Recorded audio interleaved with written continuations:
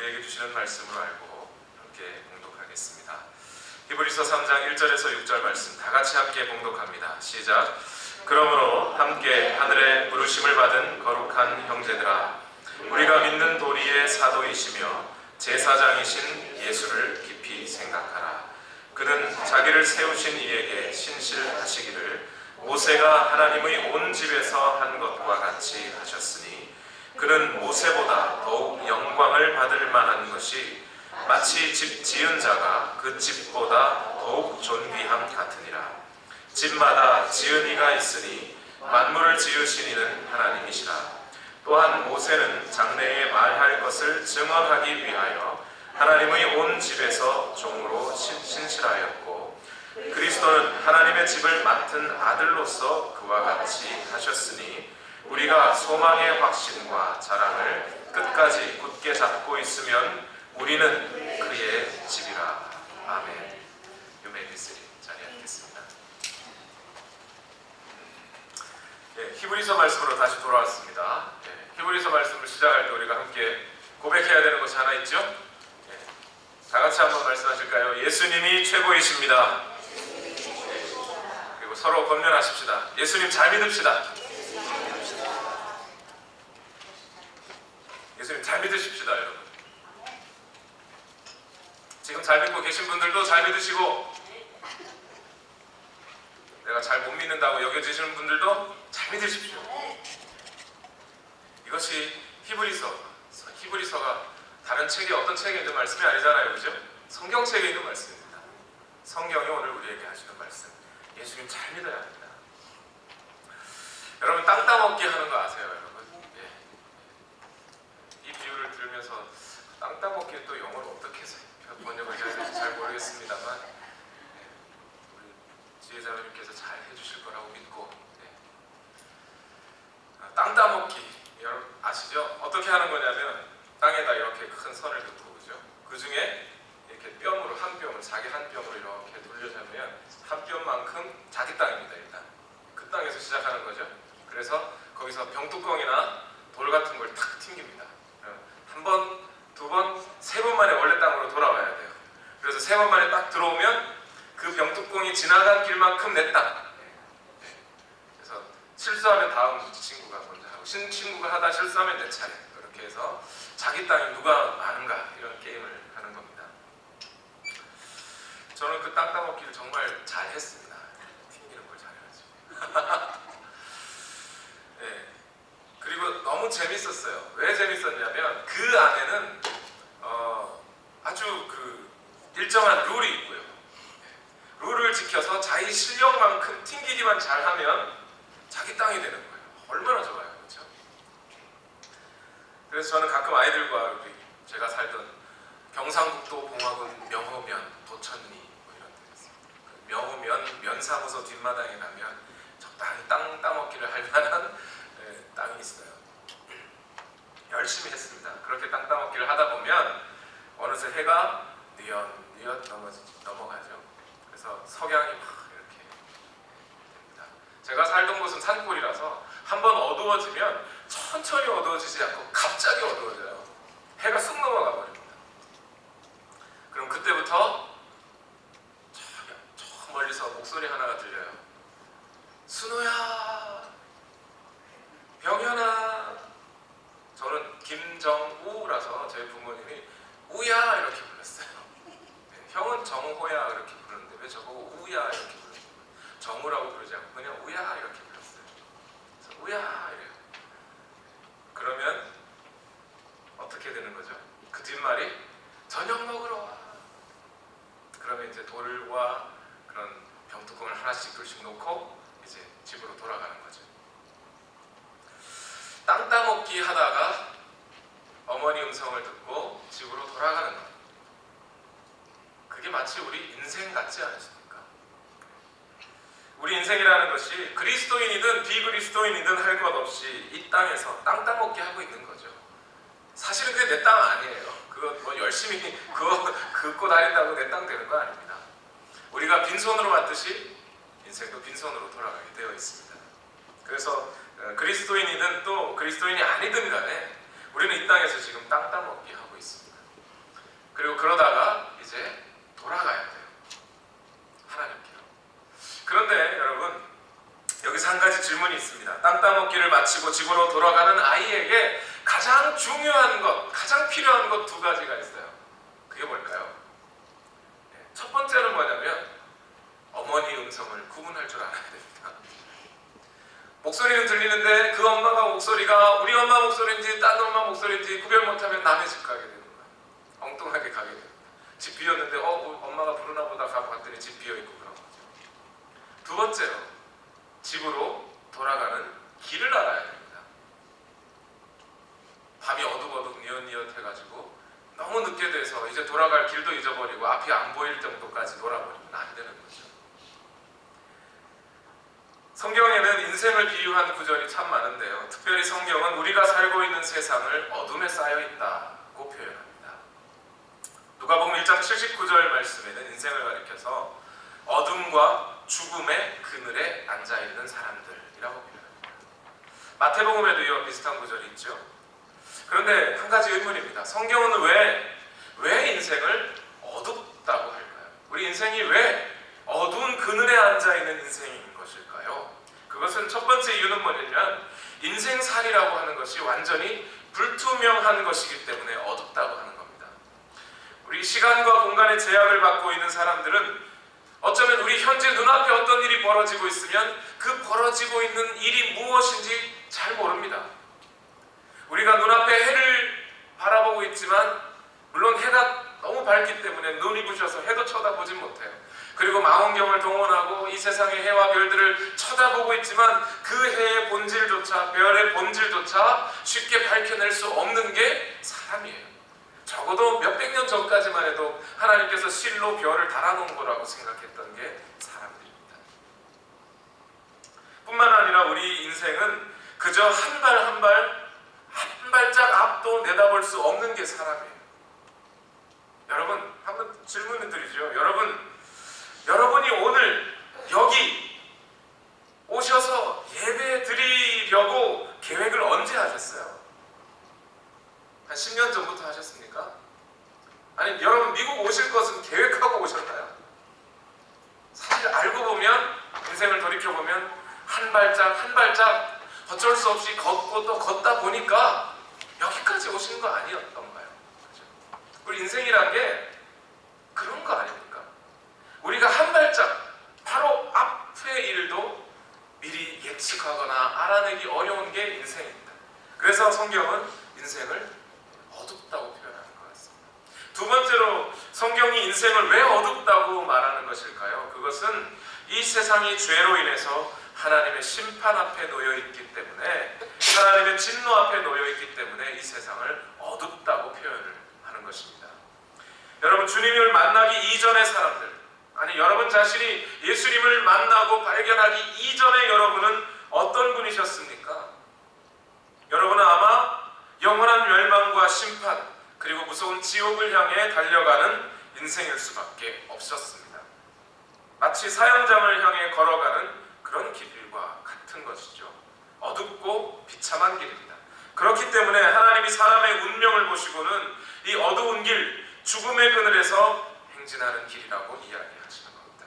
그러면 오늘 우리가 그리스도인이든 또는 비그리스도인이든 관계없이 우리가 이 인생의 어둠에서 벗어나려면, 이 어두운 인생의 그늘에서 벗어나려면 아까 말씀드린 대로 땅 따먹기 하다가 집에 돌아가는 아이처럼 우리에게 딱 두 가지가 필요합니다. 반드시 필요합니다. 첫 번째 뭐요? 우리에게는 하나님으로부터 들려지는 음성이 필요해요. 하나님 우리를 부르신 부르심, 예야 하고 부르시는 하나님의 부르심이 있어야만 합니다. 그래야 돌아갈 수 있어요. 또 한 가지는 뭡니까? 이제 하나님께로 돌아갈 길을 알아야 합니다. 어떻게 해야 하나님께로 갈 수 있는지, 어떻게 해야 하나님을 만날 수 있는지를 알아야만 합니다. 이 죽음의 그늘에서 하나님으로부터 끊어지는 것은 영원한 절망을 뜻하는 것이기 때문에 하나님께로 돌아가는 길이 필요합니다. 오늘 우리는 하나님의 계시의 말씀도 필요하고 하나님과 화목해야 할 길도 필요하다는 거죠. 이 두 가지가 반드시 필요합니다. 오늘 본문 히브리서 3장 1절의 말씀을 보시면 여기에 이제 우리 사람들에게 어떤 것을 이 두 가지 필요한 것에 대해서 어떻게 관계 맺고 있는지를 설명해 줍니다. 오늘 히브리서 3장 1절 말씀, 여기가 오늘 여러분께 드릴 핵심의 말씀인데요. 히브리서 3장 1절 말씀을 다 같이 한번 읽어보겠습니다. 시작. 그러므로 함께 하늘의 부르심을 받은 거룩한 형제들아, 우리가 믿는 도리의 사도이시며 대제사장이신 예수를 깊이 생각하라. 제일 먼저 이렇게 말합니다. 함께 하늘의 부르심을 받은 거룩한 형제들아. 거룩한 형제들아. 거룩한 형제들아. 거룩한 형제들, 아마 이것은 그리스도인들을 말하는 것이겠죠. 믿는 사람들을 말하는 것일 겁니다. 그 믿는 사람들에게 히브리서 기자가 이렇게 말합니다. 너희는 지금 하늘의 부르심을 받았다. The calling from God. Heavenly calling을 받았다. 이렇게 말합니다. 하나님의 부르심, 하나님의 부르심이라는 건 어떤 부르심이에요? 우리가 여전히 어둠 속에 예수 그리스도를 알지 못하고 하나님을 여전히 알지 못하던 그때에 하나님께서 여러분 한 사람 한 사람을 불러내셨습니다.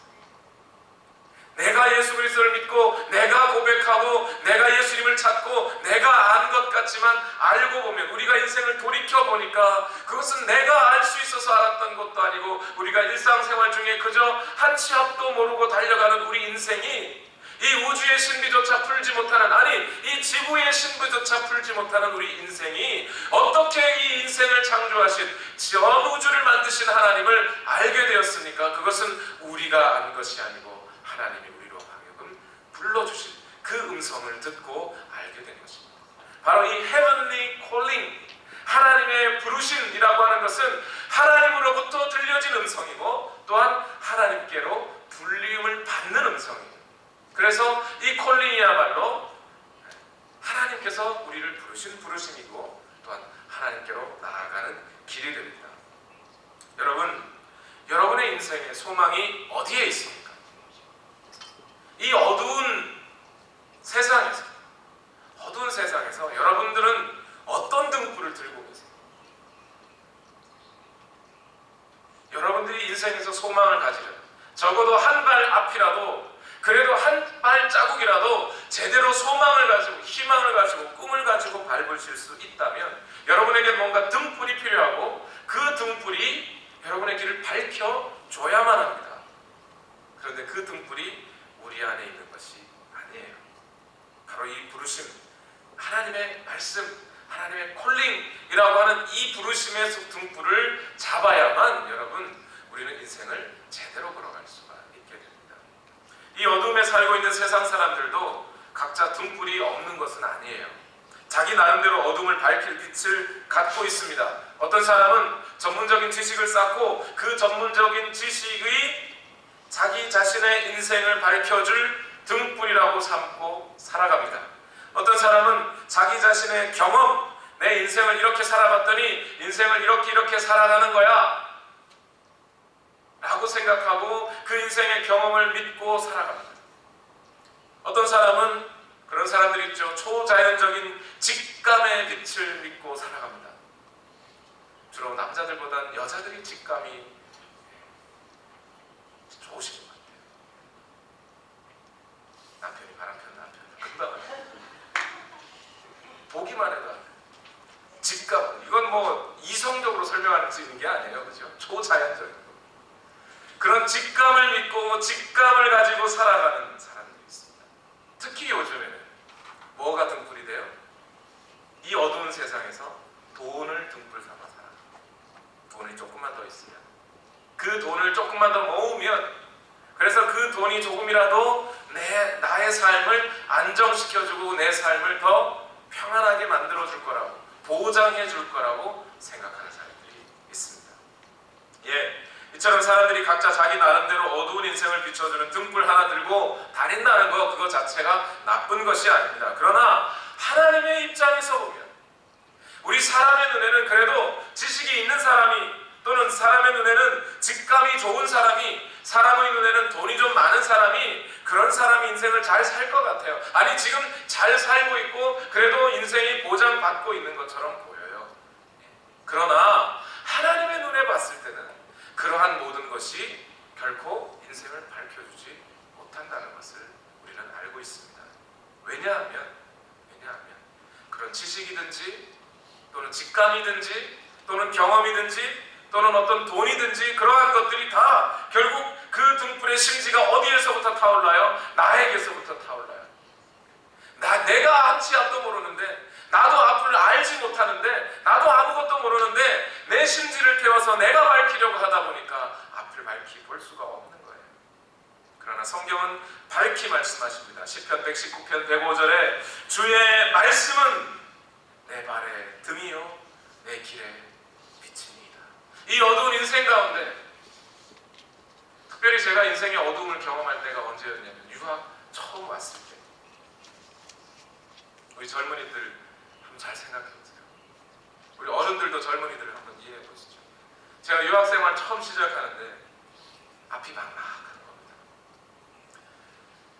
미국 공기만 들이마시면 영어가 술술 나올 줄 알았더니 한 달이 지나고 두 달이 지나도 영어는 늘지 않고 수업 시간에 졸리기만 하고 처음 30분은 집중해서 듣겠는데 30분이 지나면서부터 앞을 흥분할 수 없겠고 그러다 가끔 졸다 보면 다 지나가고 책을 읽어도 그래도 한국에서는 그나마 영어계나 한다고 책 열심히 영어책 읽었는데 와서 읽어보니 한 권 읽는데 왜 이렇게 힘든 거예요. 페이퍼를 썼다고 썼는데 돌이켜서 읽어보니 이거는 말도 안 되는 영어 가지고 페이퍼를 쓰면서 이렇게 살다가 과연 내가 학위는 제대로 받고 돌아갈까? 내가 한국에 있던 모든 돈이나 이런 것 다 그냥 쏟아붓고 여기서 이제 앞으로 몇 년 동안 살려고 왔는데, 공부하겠다고 왔는데 이거 이렇게 해가지고 어떻게 살아갈 수 있나? 좋다, 여기서 이렇게 학위를 따고 열심히 해서 한국으로 돌아가보자. 돌아간다고 한들 누가 나를 알아준단 말인가? 거기서부터 다시 인생을 시작해야 되는데 앞이 막막하고 그런 어두움, 인생의 어두움과 같은 그런 어둠에 빛을 비춰주는 것이 있으니 그것이 뭐라고요? 하나님의 말씀이라는 거예요. 하나님의 부르심이 있으면 그 부르심이 우리에게 말씀이 되고 우리를 부르시는 하나님의 음성이 되고 또한 우리를 하나님께로 인도하는 우리 인생의 빛을 비춰주는 길이 될 수 있다는 거예요. 이 세상 사람들이 저마다 그 빛을 뭔가 밝혀보려고 하는데, 여러분, 유대인들도 자신들에게 등불이 있었습니다. 그 등불이 뭐냐면 모세라는 사람이었어요. 예수님이 이 땅에 오시기 전에 유대인들은 뭐 들고 살았어요? 그들에게 인생의 등불이라고 하는 건 율법이라는 등불이 있었어요. 율법만 잘 지키고 살면, 그래서 내가 거룩하게 살면 그래서 하나님으로부터 복받고 그렇게 잘 될 거라고 생각했어요. 예수님 이 땅에 오시기 전에 율법을 갖고 있었는데, 구약 성경에서 하나님의 말씀 그러면 다 대부분은 율법을 가리키는 거예요. 그리고 그 율법 중에는 특별히 핵심이 있는데 그 핵심이 모세 오경이라고 하는 창세기, 출애굽기, 레위기, 민수기, 신명기 5권의 책을 모세 오경, 그것을 특별히 율법 중에 율법의 핵심이라고 믿고 살았어요. 그래서 유대인들은 태어나서 6살, 7살 될 때부터 율법을 암송합니다. 그리고 아이가 12살, 13살쯤 되면, 여러분 놀라지 마십시오. 모세오경 전체를 외웁니다. 놀래주셔서 감사합니다. 물론 요즘 이스라엘은 안 그런 것 같아요. 근데 이스라엘의 고대 교육들을 살펴보면 아이가 12살이 되기 전에 모세오경을 다 외웁니다. 한국의 판소리 명창들 아시죠? 그분들이 글로 써서 판소리 외우는 게 아니에요. 판소리 춘향전 완창하면 한 12시간 걸립니다. 처음부터 끝까지 다 부르면. 넘어가는디 하고 또 넘어가고 이렇게 해서 12시간 걸려요. 그것을 듣고 노래 부르고 하면서 외우죠. 그런 것처럼 이스라엘 학생들도, 아이들도 모세의 율법을 어려서부터 듣고 말하고 하면서 다 외워요. 그러니 그 모세의 율법을 가지고 지금 이스라엘 사람들은 빛이라고 삼고 인생을 살아갔던 거예요. 그러니까 이스라엘 사람들이 이방인들을 야, 저놈들은 지옥의 땔감이야 라고 할 만큼 무시할 수 있었던 이유는 뭐냐면, 우리에게는 이 모세의 율법이 있어, 하나님의 말씀이 있어, 이것 가지고 살아가면 돼. 근데 니네는 그거 있냐? 없거든요.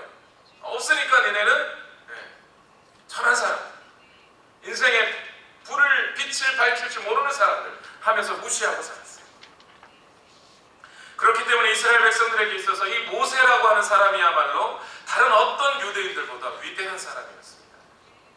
하나님은 모세를 태어나게 하실 때 모세가 어떻게 태어났어요? 네. 그 나일강 위에, 나일강 위에, 네. 이 광주리, 갈대로 만든 광주리에 이렇게 뛰어서 아이를 살려냈잖아요. 기적적으로 살아났습니다. 뿐만 아니라 모세가 죽을 때를 한번 보세요. 죽을 때 어떻게 죽죠? 하나님께서 손수 모세가 어디에 묻힐지 무덤까지 딱 지명해 주셨어요. 얼마나 하나님과 퍼스널한 가까운 관계를 유지했던 사람인가요? 그러니까 모세가 태어나서부터 죽을 때까지 모세의 인생에는 하나님이 개입하신 그 기적의 연속들이었어요. 하나님께서 얼굴을 맞대고 직접 말씀해 주신 사람이었습니다. 직접 이 모세는 하나님의 영광을 목도한 사람이었어요. 그래서 그 하나님의 영광이 모세의 얼굴에 잠시 동안 비춰져서 사람들이 그 얼굴을 볼 때 하나님의 영광의 빛을 본 적이 있어요. 출애굽기 34장 29절에 보면 모세가 그 증거의 두 판을 모세의 손에 들고 시내산에서 내려오니 그 산에서 내려올 때에 모세는 자기가 여호와와 말하였으므로 말미암아 피부에 광채가 나나 깨닫지 못하고 그래서 수건으로 가리게 되었죠. 이스라엘을 이집트에서 인도해낸 사람입니다. 사도 바울이 로마서 2장에서 말씀하시듯이 유대인들은 모세의 율법에 대한 강한 확신을 갖고 있었어요. 구약의 많은 명령들이나 종교 행위들은 그들의 삶의 가장 우선순위에 있었습니다. 모세는 직접 하나님이 주신 돌판을 들고 내려왔고 유대인들이 모든 제사법, 하나님과 화목할 수 있다고 생각하는 그 제사법을 모세가 직접 모세오경을 통해 일러준 사람이에요. 그래서 어떤 사람은 모세가 천사보다 위대하다고 생각하기도 했습니다.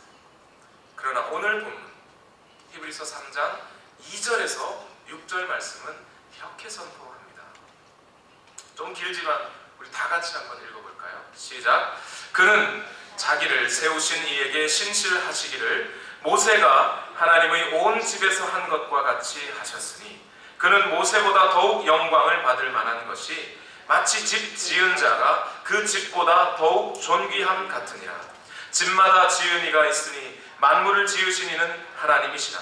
또한 모세는 장래에 말할 것을 증언하기 위하여 하나님의 온 집에서 종으로서 신실하였고 그리스도는 하나님의 집을 맡은 아들로서 그와 같이 하셨으니 우리가 소망의 확신과 자랑을 끝까지 굳게 잡고 있으면 우리는 그의 집이라.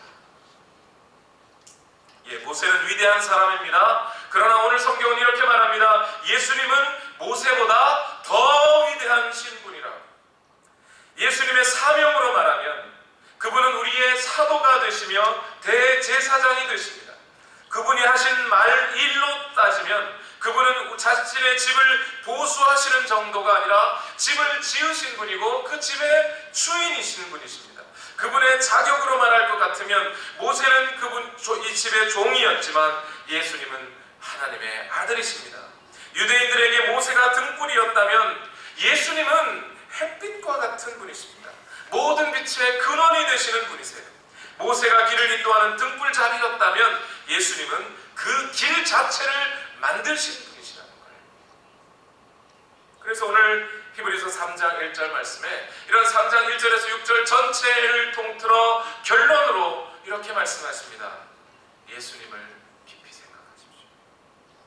우리 인생에서 하나님께로부터 들려오는 말씀이 필요하고 하나님께로 돌아가는 길이 필요할 때 그 하나님의 말씀을 들려주실 분, 그리고 우리를 하나님께로 돌아갈 수 있는 길이 되어주시는 분, 그분이 바로 예수님이십니다. 그러니 그 예수님을 여러분 깊이 생각하십시오.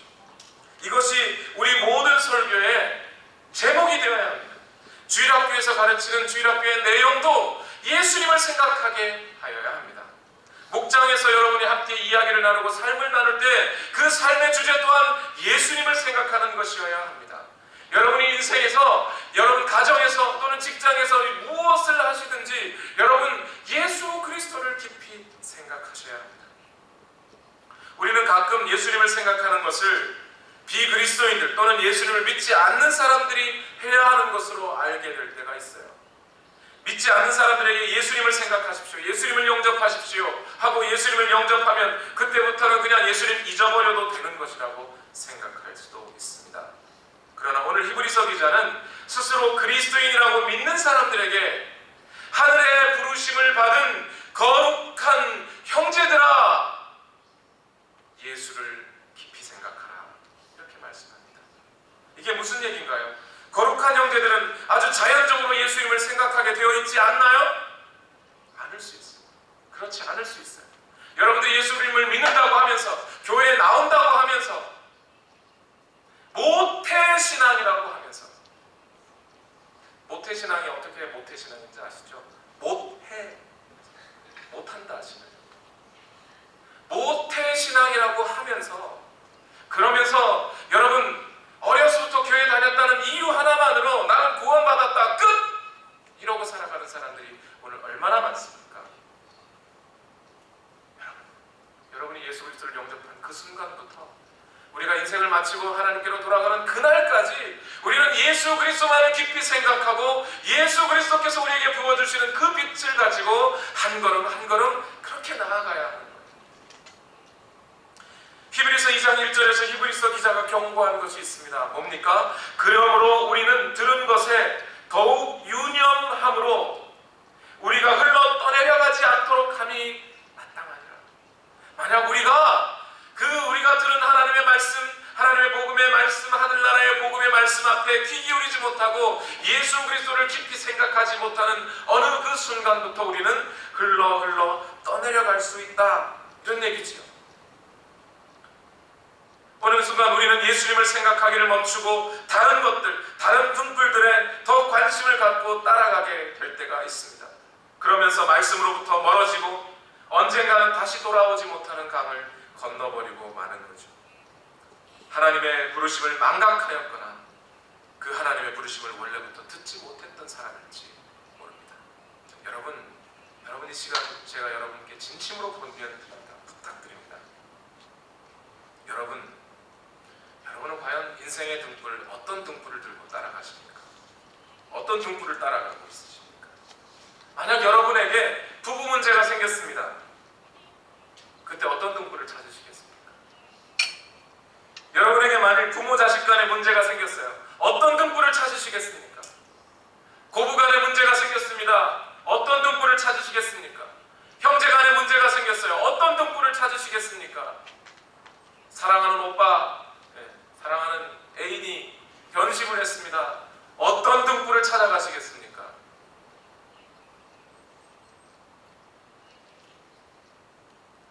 어둠의 인생을 뚫고 지나갈 소망을 여러분은 어디에다 두고 계십니까? 여러분 자신에 두고 있습니까? 돈에 두고 있으십니까? 여러분의 육체의 강함을 들어서 인생을 살고 계십니까? 아니면 난 예쁘니까 오빠 없어도 언제든지 이 세상의 절반은 남자인데 그러고 살아가고 계십니까? 나는 성실하니까 열심히 돈 벌면 못할 게 뭐 있어 라고 생각하고 살아가고 계십니까? 어쩌다 생길 행운이 여러분의 소망이십니까? 여러분 이 시기 안에 여러분께 부탁드립니다. 어떠한 인생의 역경을 만나든 어떠한 삶의 굴곡을 만나든 교회에서 활동을 하시는 생활을 하시는 동안에 어떠한 어려움이 찾아오든 여러분 앞에 어떤 유혹이 찾아오든 어떤 시험이 찾아올 때 그럴 때 바로 여러분들이 생각해야 할 것은 예수님이십니다.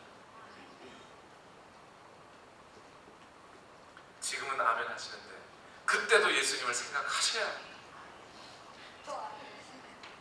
제가 사역자로서 살아가다 보니까요 정말 그렇더라고요. 평소에는 예수님을 잘 믿어요. 더 정확하게 표현하면 잘 믿는 것 같아요. 근데 정말 어려움이 찾아왔을 때, 정말 인생의 시험이 찾아왔을 때 바로 그때는 나 도저히 못 참아, 지금까지 참았는데 또 참으라고 하면서 그 순간 내 육체를 믿기 시작합니다. 내 이성을 믿기 시작해요. 내 생각을 하기 시작해요. 예수님께로 돌아가지 않습니다. 그런 사람들이 많아요. 여러분의 인생에 필요를 공급해 주실 분은 예수님밖에 없어요. 교회 사역하시느라고 지치신 분 혹시 계십니까? 벌써 10월 달이에요. 벌써 많이 지쳤는데 다음 주가 또 가족 초청일, 전도해야 되고 음식 해야 되고 제자 훈련 하라고 하고 교회 가니까 미운 사람도 있는데 교회 가면 가기 싫고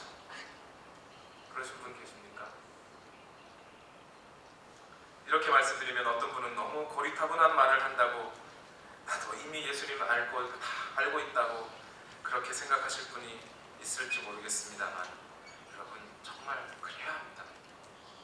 한 가지 예를 들어드리지요. 요즘 한국교회 성추행한 목사님 때문에 한 분 낸 처분을 놓고 엄청난 논쟁에 휩쓸려 있습니다. 목사님 잘못했습니다. 두말해야 잔소리지요. 더 말하면 입 아파요. 잘못 인정하고 하나님께도 회개해야 하지만 사람에게도, 사람 앞에서도 회개해야 합니다. 잘못했다고 인정하고 자신의 잘못을 돌이켜야 해요. 하나님 앞에 회개하였지만 사람 앞에 회개 안 해도 된다. 하나님 앞에 회개했으니까 거짓말이에요. 왜냐하면 미리암이라는 영화가 있습니다. 영화 이야기를 해서 죄송한데 그 영화 이야기에 보면 그런 이야기가 있어요. 한 어머니에게 딸이 있었는데 그 딸이 성추행을 당하고 결국 강간을 당해 죽습니다. 너무 힘들고 고통스러운 생활을 하고 있는데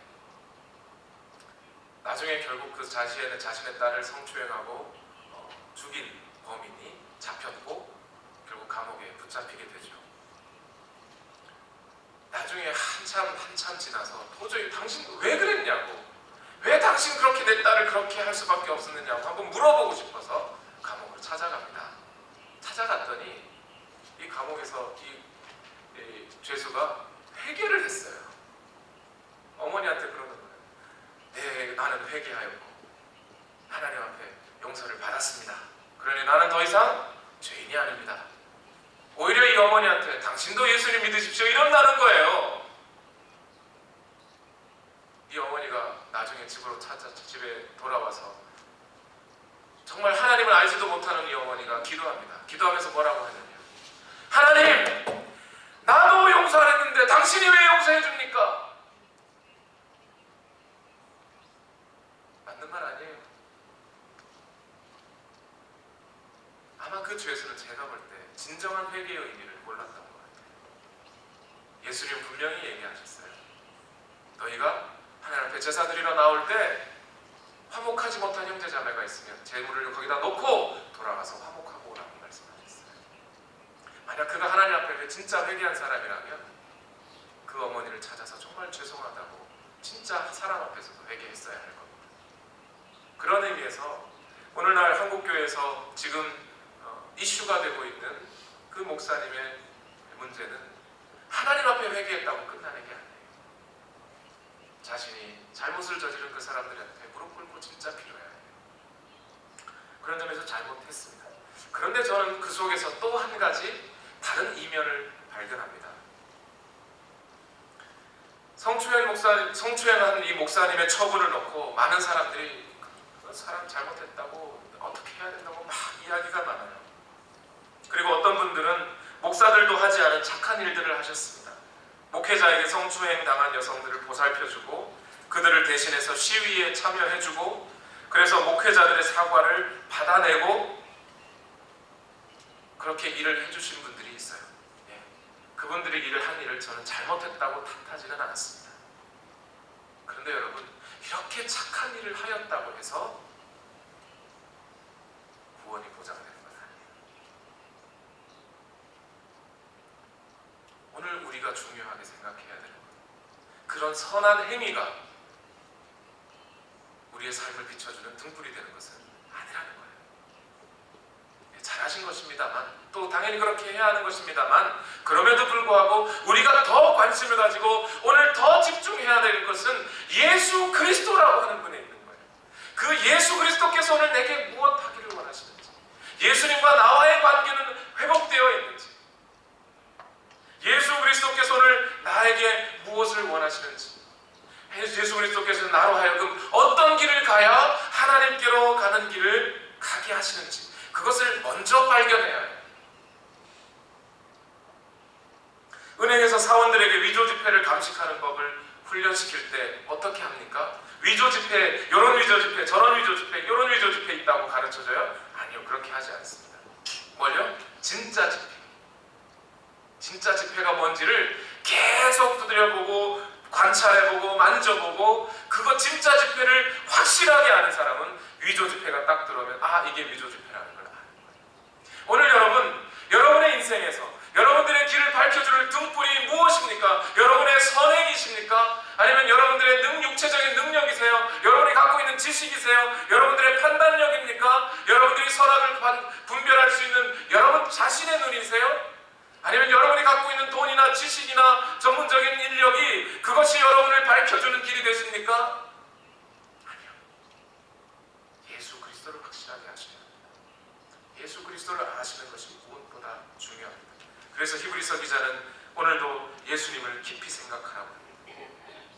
그리고 히브리서 3장 6절에 그와 똑같은 말씀을 다시 하고 있습니다. 다 같이 3장 6절 끝부분을 읽어볼까요? 우리가로 되어 있는 부분이 있습니다. 읽어보겠습니다. 시작. 우리가 소망의 확신과 자랑을 끝까지 굳게 잡고 있으면 우리는 그의 집이다. 여러분, 여러분의 인생에 여러분을 밝혀주실, 여러분의 길을 밝혀주실 분이 예수님입니다. 예수님을 깊이 생각하십시오. 지금 오늘 제가 드린 이 말씀이 단순히 김정국 목사의 이야기로 듣지 마시고 여러분이 만약 인생을 사시다가 어느 한순간 내가 지금 어려움에 닥쳤다. 완전한 어둠 속에 묻혀버렸다. 내가 인생에서 어디로 가야 할지 알지 못하겠다. 공부 때문에, 가정의 문제로, 친구와 사업의 문제로, 다양한 인생의 문제들로 고민할 때 오늘 이 성경의 말씀, 아니면 오늘 제가 여러분께 드리는 말씀 한 가지 기억하십시오. 예수님을 생각하셔야 돼요. 예수님께로 돌아오십시오. 여러분이 현재 예수님과 바른 관계 속에 있는지, 그것은 누구도 아무리 선한 일을 한 사람, 사역자나 목회자라 할지라도 관계없습니다. 누구든지 반드시 기억하고 회복해야 합니다. 여러분, 오늘 다시 한번 여러분을 돌아보십시오. 여러분 지금 예수님과 바른 관계 속에 들어와 있습니까? 비록 내가 잘못을 저지르고 있어도, 죄를 범하고 있어도 오늘 나의 중심이, 내 중심이 과연 예수 그리스도를 향하고 계십니까? 예수 그리스도께서 여러분을 부르시는 그 음성을 여러분 계속 듣고 계십니까? 성령께서 여러분의 심령 가운데 들려주시는 그 말씀이 계속해서 여러분 심령 가운데 들려지고 있습니까? 말씀을 펼쳐 읽고 계십니까? 기도하고 계십니까? 성령 안에서 무시로 기도하고 계십니까? 그 관계, 만약 오늘 회복하지 못하셨다면 지금 빨리 회복하십시오. 그리고 이미 회복하신 분이 계시다면 끝까지 굳게 붙잡고 계십시오. 여러분이 탄 배가 난파되어서 사방으로 여러분의 배가 산산조각이 났을지라도 여러분이 지금 해변가로 가고 있느냐가 중요하지 않습니까? 예수님을 향해 가고 있습니까? 예수님을 붙잡고 계십니까? 우리 다 같이 두 눈을 감아보십시다. 주님과 같이 내 마음 만지는 분은 없네. 우리 찬양의 가사 중에 이런 가사가 있습니다. 주 자비 강같이 흐르고 주 손길 치료하네. 고통받는 자녀 품으시니 주밖에 없네. 여러분의 인생에서 여러분을 품으실 분은, 여러분이 고통 중에 있을 때 고통 중에 있는 여러분을 구하실 분은 예수님밖에 없습니다. 이것을 인정하십시오. 오늘 이 땅에 그리스도인들이 점차 이 사실을 잊어버리고 세상으로 돌아가고 다른 종교로 돌아가고 있습니다. 그러나 오늘 우리만큼은 이 사실을 확고하게 붙잡으십시다. 예수님 말고는 없습니다. 찬양 올려드립시다. 주님과 같이 내 마음 만지는 분은 없네. 믿음으로 고백합니다. 주님과 같이, 주님과 같이 내 마음 만지는 분은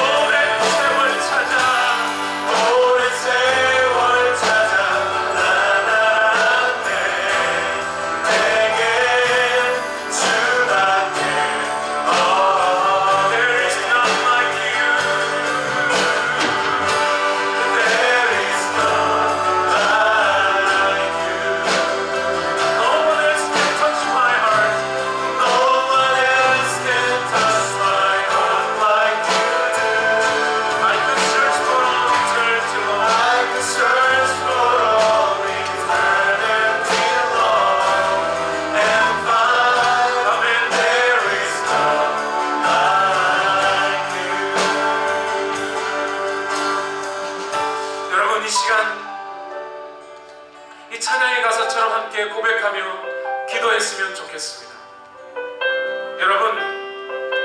여러분의 인생에 과연 누가 여러분의 어두운 인생의 등불이 되어 주셨습니까?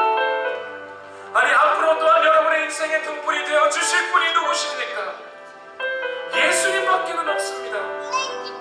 그 예수님을 여러분이 정말 소중하게 생각하고 날마다 예수님을 깊이 생각한다면 여러분의 믿음이 식어질 수가 없습니다. 식어져서는 안 됩니다. 예수님을 의지하는 그 믿음이 식어져서는 안 됩니다. 예수님을 사랑하는 그 사랑이 식어져서는 안 됩니다.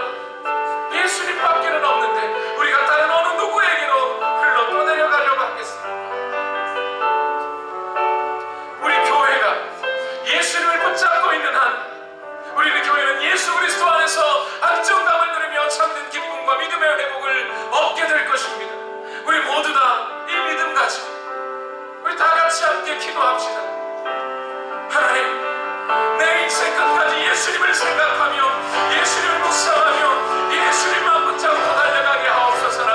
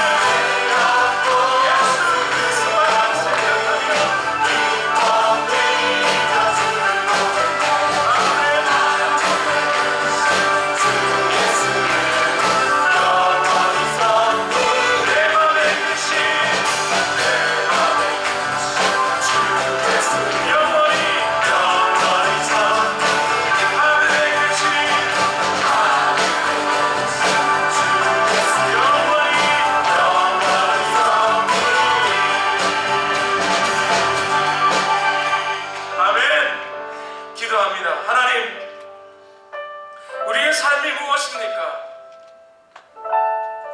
잠시 있다가 사라지는 안개와 같은 것이 아닙니까?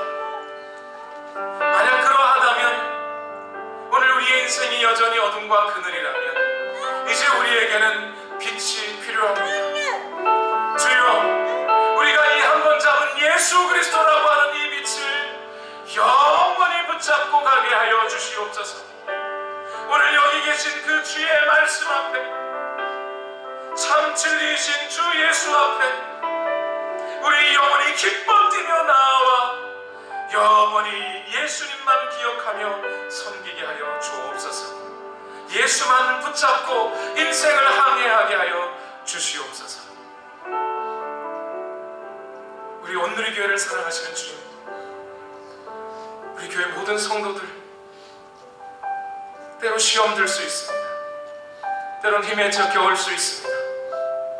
때로는 인생의 삶에 주는 질곡들 때문에 고통스러워할 수 있습니다. 우리 앞에 당한 환난과 어려움들이 우리를 짓누르고 억누를 수 있습니다. 그러나 하나님, 그럴 때일수록, 그럴 때마다 반드시 우리 모든 오늘의 교회 성도들 예수님을 기억하게 하여 주시옵시고, 예수님 앞에 우리가 기도하며 그 주님이 우리에게 하신 말씀에 귀 기울이며 그렇게 인생길을 나아가게 하여 주시옵소서. 이제는 우리 구주 예수 그리스도의 무한하신 은혜와 하나님 아버지의 만극하신 사랑과 성령님의 교통하심이 예수님만 깊이 생각하는 그 위대하신 예수님 앞에 우리 인생을 드리며 살아가기를 원하는 우리 모든 교회 성도들 머리 위에 가정과 직장과 일터와 학업 위에 영원토록 함께하옵시기를 예수님의 이름으로 축원하옵나이다. 아멘.